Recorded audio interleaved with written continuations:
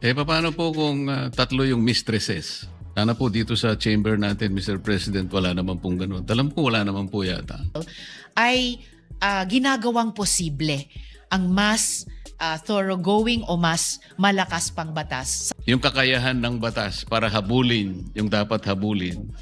Ay nagli-legalize doon, sinasabi lang po natin na nahuhulog din po siya sa scope ng prohibition. O yung ipinayo ng Commission on Elections na pinaka-implementable. I ask this question because Section 3, Paragraph K of Republic Act Number 6713 or the Code of Conduct and Ethical Standards for Public Officials and Employees define relatives as referring to any and all persons related to a public official or Question we posed noon. I posed the question, is that what happens to the mistress?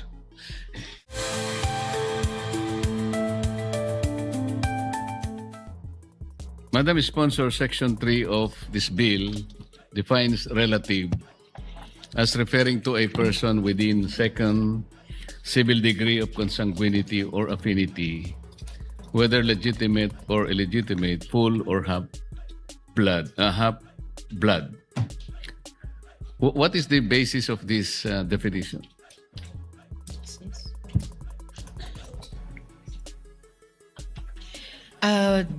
Mr. President, good gentleman mula sa Pampanga at Tarlac, dinesisyonan po ng Committee on Electoral Reforms na sa paghahanda ng committee report batay dun sa 7 panukala ng 8 sa ating mga senador sa ngayon ay magkasundo dun sa second degree of consanguinity and affinity.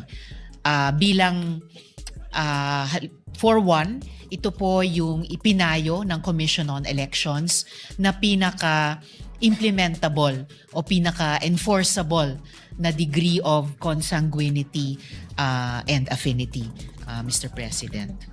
I ask this question, Madam Sponsor, Mr. President, because Section 3, Paragraph K of Republic Act Number 6713 or the Code of Conduct and Ethical Standards for Public Officials and Employees define relatives as referring to any and all persons related to a public official or employee within the 4th civil degree of consanguinity or affinity, including bilas, inso, and balae. Why does the proposed measure depart from this definition, Madam Sponsor? Mr. President, the good gentleman is right in his citation of the other law, but for purposes of this anti-dynasty law, as I said earlier, the committee report proposes to define relative up to the second degree. In spite of the fact also, Mr. President, na yung sariling bill nitong representasyon at nung isa pang author, si Senator Robin, ay nagpanukala ng ban hanggang sa 4th degree of consanguinity. Ito pong committee report ay isinasaalang-alang din yung mga inputs mula sa hearings at yung marathon consultations din na ginawa sa iba't ibang bahagi ng bansa. Itong degree of prohibition, yung second degree, ay magbibigay daan po sa mabisa at saka doable nga po na investigasyon o review ng mga kandidato. Dahil madali namang pong magiging available yung mga birth certificate, marriage certificates o di kaya certificates of no marriage. At dagdag pa po doon, Mr. President, may mga pag-aaral na nagpapakita na kahit daw po second degree dynasty ban ay mag-free up na po at mag-i-impact na sa 30% ng mga elective positions. Ito pong datos, in particular, bunga ng pag-aaral ng ASOG, Ateneo School of Government, Mr. President. So, this bill, Madam Sponsor, Mr. President, will have the effect of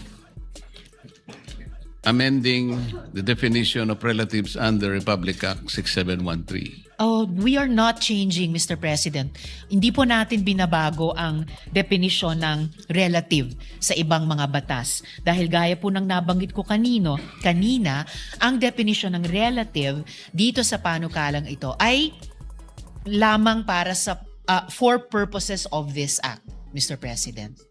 Baka po kasi magkaroon ng problema, Madam Sponsor, na may dalawa tayong magkahiwalay na batas na merong dalawang interpretasyon kung ano ang ibig sabihin ng relatives. Yun lamang po kasi baka sa dako-dako roon ay makita natin na meron palang implikasyon ang dalawang batas na magkahiwalay ang pagkakaintindi doon sa terminong relative. Yun lang po ang aking gustong matingnan mabuti dyan. Na-appreciate ko po, Mr. President, ang concern ng good gentleman mula sa Pampanga at Tarlac. Pero hindi ko po sineshare yung pag-aalala nila dahil po yung definition po ng relative sa panukalang ito ay para lamang dun sa scope ng prohibition tungkol sa political dynasties. Samantalang mas sumasaklaw yung dun sa sinight ng good gentleman dun po sa Code of Conduct for public officials. And pwede po tayong mag-introduce ng omnibus provision later on na sasabihin explicitly na itong definisyong ito ng relative ay hindi po nag-aamyenda sa ibang mga batas. Dahil particular lamang po ito sa purposes nitong act, Mr. President. Totoo po yun, ngunit ang aking kinatatakot dito, itong mas malawak na kahulugan ng relative sa 6713, ang layunin niya ay para sa ganon yung aplikasyon ng batas ay mas malawak. Dito naman sa bill na ito na kinukonsider po natin, gusto rin natin na yung sentido ng relative ay maging malawak din para sa ganon yung mga bawal na yung kabawalan, mas malaki yung range niya. Hindi yung parang nakukonstrict natin para bang maring sila sabihin nila, bakit masyado mo namang pinaliliit yung definition kung ang pag-uusapan ay yung pagtakbo sa ating halalan.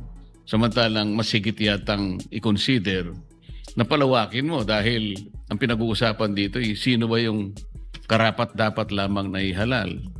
Hindi ko po sinasabi na mas mataas ang uri ng proposed bill kesa dun sa isa, ngunit yung kanyang sentido po ay kinakailangang mag-apply. Kung halimbawa doon sa 6713 ay kinakailangang matukoy lahat o palawakin yung kakayahan ng batas para habulin yung dapat habulin.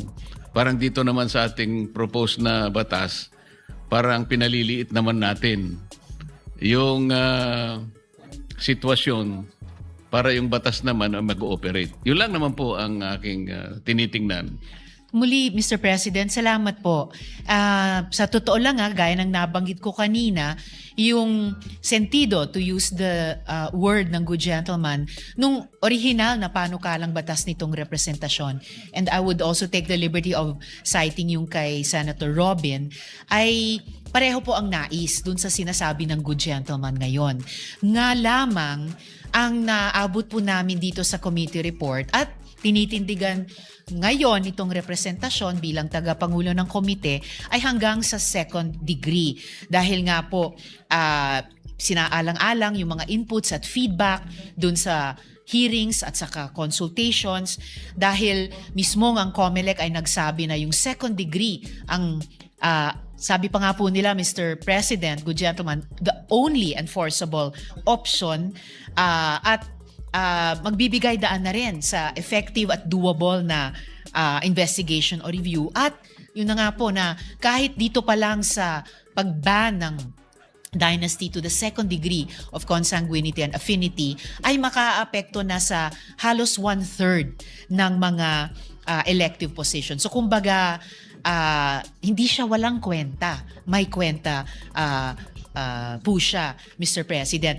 So at tingin po nitong representasyon, pwede pong mag-coexist ng magkatabi yung Code of Conduct at itong panukala na tinatalakay natin ngayon para sabihin na beyond the second degree of consanguinity and affinity, at least for now, kung ito po yung unang batas natin sa anti-political dynasty na maipapasa, na hindi magiging unethical, no, by the sentido nung batas na binanggit ng good gentleman, ang pagtakbo o pagsilbi sa public elective positions. Pero for the purposes of this act, ang ipagbabawal po ay hanggang sa second degree po, Mr. President. Meron po bang pag-aaral na ginawa, masusing pag-aanalisa na ang kabawalan lamang ay nahangga sa second civil degree of consanguinity or affinity, na napalitaw na kapag ka third degree halimbawa o fourth degree, wala nang masyadong evil na ina-address. Sa makatwid, pagka nasa fourth degree of consanguinity ka na or affinity, napatunayan po na talagang kukunti na lang ang maaaring masama na idudulot ng political dynasty. Nagkaroon po tayo ng masinsinang pag-aanalisa o merong nagawang isang pag-aaral na talagang nakita natin pagka pala hanggang 2 lang okay na. Yung third degree, yung ibabawal lang pala hanggang sa second degree. Pero pag third degree na, malaya na kasi wala na, malinis na pala eh. Second degree, lalong mas malinis na. Kaya pabayaan na natin, hindi na masasakop ng political dynasty. Okay lang po bang malaman kung nagkaroon ng talagang malawakang pagsusuri sa bagay na ito? Actually, Mr. President, una wala namang claim na wala ng evil, no? Wala ng harm yung involved sa fourth degree dynasties. Nga lang na napatunayan na yung second degree of consanguinity and affinity na prohibition ay workable. Binasa nga po namin sa position paper ng COMELEC na nagsabing may administrative difficulties in enforcing beyond the second degree. Gayon din po, Mr. President, good gentleman, yung mga resource persons mula sa Lente at mula nga po sa Ateneo de Manila University, among others, ay nagsabi na batay sa kanilang mga pag-aaral, mayroon na pong meaningful change dun sa pagsisimula sa pag-prohibit sa dynasty sa second degree of consanguinity. Dahil ayon nga sa kanilang mga pag-aaral, 30% of seats ay ma-free up na. Of course po, yung ibang mga resource persons ay nagsabi ding ideal, perfect sana na anti-political dynasty law kung hanggang talaga sa fourth degree of consanguinity. Lamang, sabi din nga po ng COMELEC, pag lumampas tayo sa second degree, kahit third degree or lalo na fourth degree, at this point in time, sa unang anti-political dynasty bill na hari nawa maipapasa natin into law, na baka ma-overwhelm yung electoral system natin. Dun pa lamang sa pag-check at counter-check ng mga birth certificates, certificates of marriage o CENOMAR, dun sa mga mapaghihinalaan na mag-e-establish ng dynasty relationship. Kung sila'y sabay-sabay o di kaya overlapping na tumakbo o magsilbi sa ating gobyerno, Mr. President. Kaya siguro yung isa pang punto dito sa tanong ng good gentleman, Mr. President, ay nabanggit ko rin dun sa sponsorship speech na ang isang batas na workable kahit hindi siya perpekto o ayon sa ating ideal o perfect version ng isang anti-dynasty bill ay ginagawang posible ang mas thoroughgoing o mas malakas pang batas sa hinaharap, Mr. President. So, Madam Sponsor, talagang kaya lang natin sinet lang sa second degree of consanguinity and affinity para lang maumpisahan natin. Isa po yon, Mr. President, para maumpisahan, pero sa isang hakbang na hindi lang for compliance, hindi isang hakbang na walang kwenta, pero may kwenta naman. Dahil nga po sa mga pag-aaral ng ASOG, ng Lente, na kahit hanggang second degree lang muna ang maisabatas, 30% na, 3 na sa bawat 10 elective positions ay mafi-free up, Mr. President. At wala pong nagpipigil sa mga susunod na kongreso na batay sa karanasan dito sa isang unang batas at mga leksyon natin dito, evaluation sa implementasyon nito, ay mag-file ng mga susunod na panukala na mag-aamyenda at magpapalakas pa po dito, Mr. President. Mr. President, ng bill, paragraph D, dinefine po natin yung partnerships without the benefit of marriage as referring to common law relationships between two persons who cohabit, declare, or present themselves to the public as a couple without marriage. It shall include civil unions, unions without marriage under Articles 147 and 148 of the Family Code, and any other contractual agreements similar to marriages or civil unions. For purposes of this act, parties in a partnership without the benefit of marriage shall be treated as spouses as defined above. Madam Sponsor, what is the rationale of this provision and why was it included in the definitions? The rationale of the prohibition, Mr. President, at kaya isinama po ito dito sa panukala ay dahil bukod po sa mga couples na mag-asawa, kasal sa simbahan o sa civil man, mayroong long-term, years-long committed partnerships, nagko-cohabit sila, and therefore, yung usapin ng impluensya, bukod pa sa resources na maaring gamitin nilang mag-couple na nagko-cohabit sa isang matagal ng committed partnership, ay maaring mag-operate din bilang isang dynastic relationship. May Mr. President. will the chair interject, no? Yes, Mr. President. You are practically answering a question I posed many years ago in 1995 because we were tackling already the anti-political dynasty in 1995 and Senator Orly Mercado was sponsoring it. And indeed, it was the second degree of consanguinity, the most practical. And then spouse, the son, daughter, or father, all right? But the question we posed noon, I posed the question is that what happens to the mistress? You know, because you are disenfranchising the wife and the relatives, but the mistress can run and take over the position, di ba? And so actually the debate stopped there because Senator Gonzales, Neptali Gonzales, who was presiding, interjected when Senator Orly Mercado answered by saying, let's put it in the law. But Senator Gonzales said, you cannot legalize the illegal. And that was where we stopped.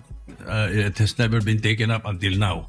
So perhaps this is your answer to that particular problem, no? Perhaps, Mr. you are President. incorporating the common law wife. Yes, Ano? exactly, Okay. Mr. Well, President. perhaps I can take off from this tomorrow during my interpellation. Anyway, go ahead. Salamat, Mr. President. If I may So add, I am just Mr. giving the President. background on that Opo. particular reason. Opo, maraming salamat po, Mr. President. And if I may, good gentleman, dagdag lang po dun sa paalala ni Mr. President. The bill really treats these partnerships as spouses to prevent the use of common law relationships as a loophole to circumvent the provision. Kung hindi po, yung mga nasa de facto relationships, pwede po nilang lusutan yung prohibition kahit na yung mga panganib ay nandoon and nandoon in the same way as for married couple. So, hindi po natin nililegalize iyon kasi wala naman sa panukalang ito ay nagli-legalize doon. Sinasabi lang po natin na nahuhulog din po siya sa scope ng prohibition, Mr. President. The gentleman. Mr. President, tama po yung inyong paghahalimbawa kanina. Paano po kung tatlo yung mistresses? Sana po dito sa chamber natin, Mr. President, wala naman pong ganun. Alam ko wala naman po yata. Hindi Then nga lahat po, po sila hindi po nalilegalize pero parang nai-encourage. Kasi po, Mr. President, paano po, sino po, sinabi natin cohabitation is one of them. Sino pong magdidetermine na merong cohabitation? Yung kapitbahay? Yung barangay kapitan? Kasi kahit na po sino, Mr. President, ikaw nagko-cohabit kayo. So, hindi sa ngayon, masasama siya sa prohibition, hindi ba? Pwede niyang sabihin ngayon para lang hindi makalaban sa barangay, halimbawa. Tama po kayo, Mr. Sino President. po ang magdidetermine Yes po. nung factual situation ng cohabitation? Yung korte po ba? Yung administrative agency? O yung mga partido, Mr. President, sa pamamagitan ng affidavit? Baka yung magnunotary mawalan po ng lisensya kapag yun po ininotaryo niya. Basically, Mr. President, ang COMELEC po ang empowered sa panukala na mag-determine nito. Any evidence allowed by the rules of evidence of COMELEC in administrative cases may be used. Yung standard of proof ay dapat substantial evidence in accordance sa iba pang administrative proceedings before the COMELEC. Nakalagay po ba Mr. sa panukalang batas sa cohabitation, Mr. President, 6 months, 1 year, 5 years, para lang masabi na cohabitation, nakalagay po ba yun? Wala pong nakalagay na period of cohabitation, Mr. President, para i-establish Baka yung maging arbitrary cohabitation po na kung yun. wala. Dapat siguro, at least meron man lang period. Yes, Mr. President. At the proper time, bukas po itong representasyon sa proposed amendment kaugnay niyan. Meron pong nakalagay rito sa bill na presenting to the public na sila nga po. Na sila na nga, hindi po ba? Mr. President, what constitutes presenting to the public? Nagpo-post sila sa social media? O kaya pareho yung address nila?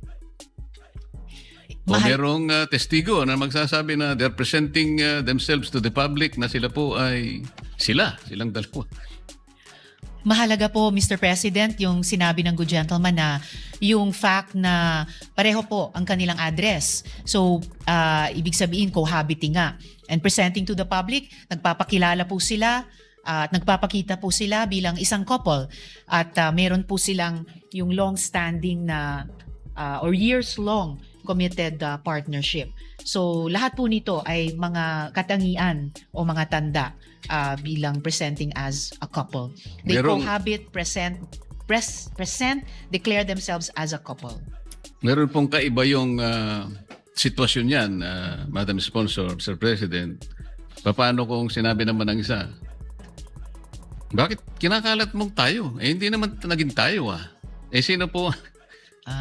Sino po ngayon ang magdi-determine kung sino nagsasabi ng totoo? Pwede kasi siyang gumanti Ba't mo ko sinasama dyan? Hindi naman, kailan ba naman naging tayong dalawa? Hindi nga kita kilala. Halimbawa, sino-sino po ang mamamagitan ngayon, Mr. President? Mr. President, ang mamamagitan po dyan ay ang COMELEC din po. Hindi. Sa presentation, sinasabi mo kung magkasama tayo, hindi naman tayo magkasama. Di ba yun yung sa section 8? Yes. Yes. Oo. Yes. And Mr. President, ang magiging gabay po sa linaw niyan ay nasa Section 8 na other grounds for cancellation of certificate of candidacy or nomination. Halimbawa, yung letter A, malicious or frivolous filings to trigger the anti-political dynasty prohibitions contained in this act. So, pinagbabawal din po yung ganyang mga pagsisinungaling tungkol sa sino mang nagpa-file ng certificate of candidacy, Mr. President. Kaya po kasi ako nagbibilabor dito sa isyong ito, Mr. President, Madam Sponsor. Talaga pong kanina, ipinahayag ko naman medyo may pangamba po ako doon sa definition nga ng partnerships. Kasi po, doon sa Section 3, paragraph D, nakasulat naman yung parties in a partnership without the benefit of marriage shall be treated as spouses. So, Mr. President, by treating the parties to such partnerships as spouses, it gives the impression or a semblance of legality by including them in the definition. Yun po yung medyo problematic para sa akin. Susubukan ko po, Mr. President, i-reassure yung good gentleman na hindi po natin nililegalize ang anumang hindi legal ngayon. Nothing in the bill legalizes those. Sinasabi lang po na sako po siya ng scope of prohibition. So, nag-i-impose nga po ng disqualifications at saka limitations. Hindi po nag-grant ng anumang favors. In fact, sa totoo lang, napipinalize po sila kasi nga po, nahuhulog po sila sa loob ng scope of prohibition. Tama po yun. Naintindihan ko po yun. Ang sinasabi ko, kahit kailan po, hindi talaga malilegalize. Kaya lang, the semblance or the impression na parang sila na mag-asawa because it was precisely included in the definition na they are treated as spouses. I see, Kahit Mr. paano President. po makikita ng dahil nga naging definition sila na parang spouse, wittingly or unwittingly, nagiging ganun po yung pananaw. Pati yung mga bata, maaaring masabi nila, mga bata pa lang, mag-asawa pala yan. Trato pa lang, mag-asawa pala yan. Yan, nag-aaway siguro dahil sa politika, pero sa mata natin, dahil nakadefine sa batas, parang mag-asawa sila. I understand, Mr. President, yung concern ng good gentleman.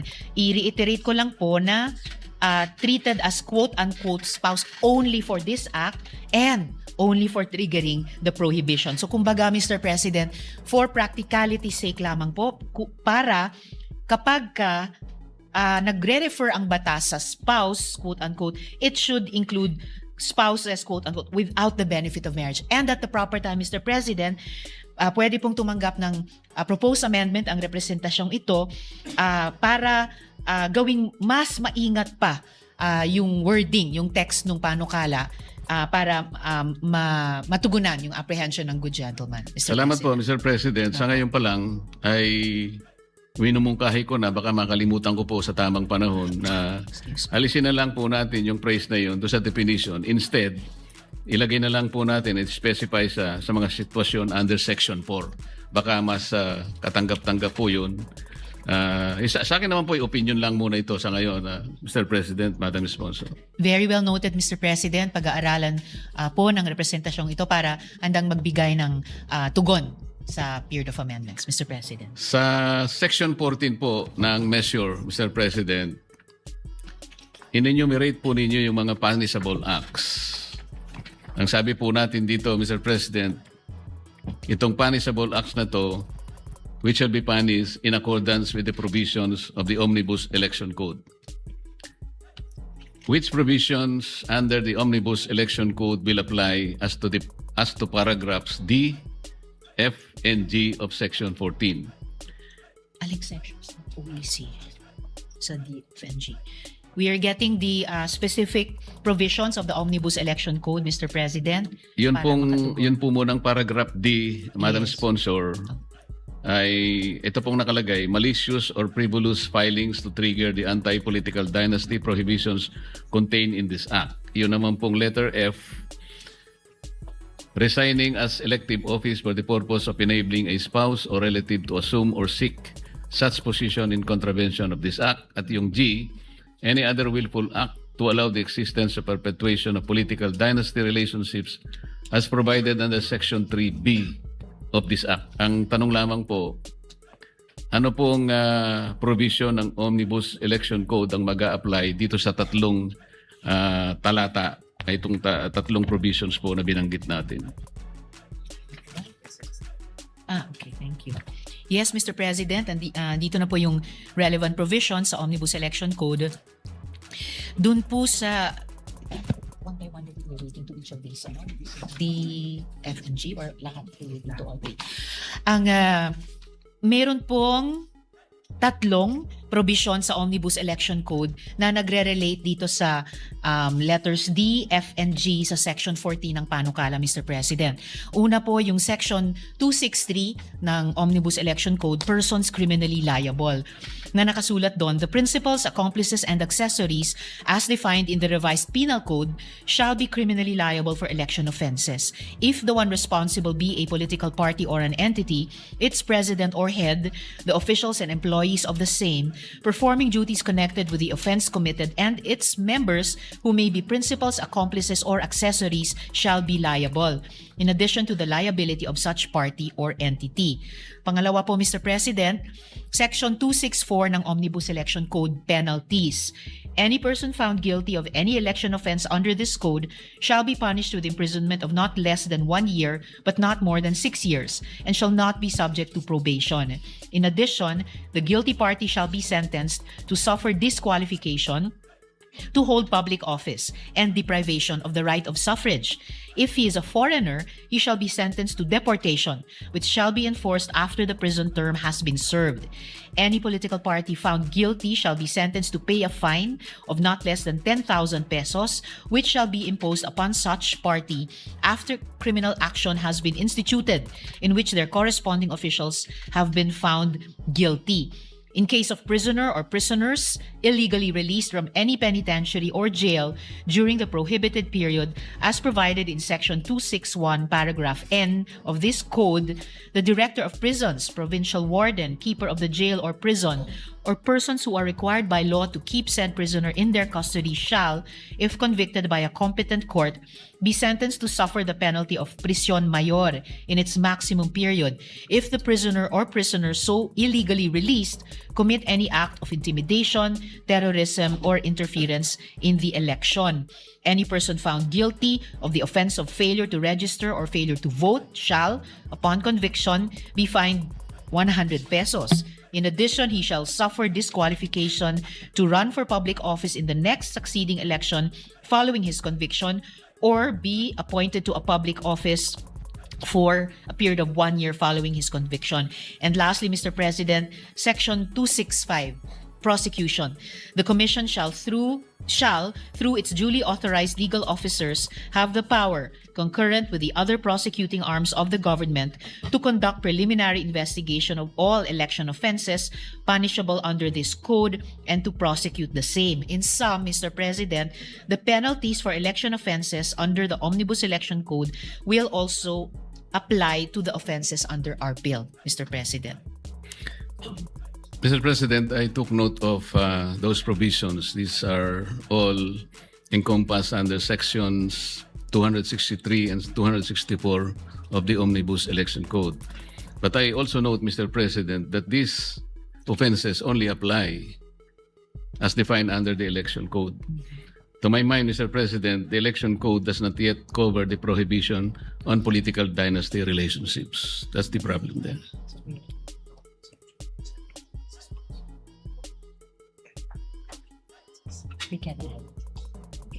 Mr. President,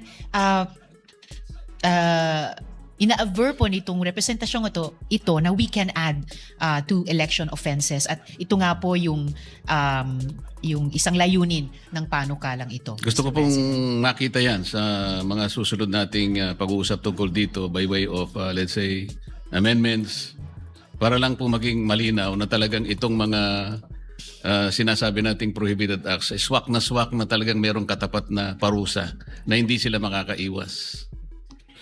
Kanina po, Mr. President, Madam Sponsor, naipahayag ko na talaga yung aking agam-agam.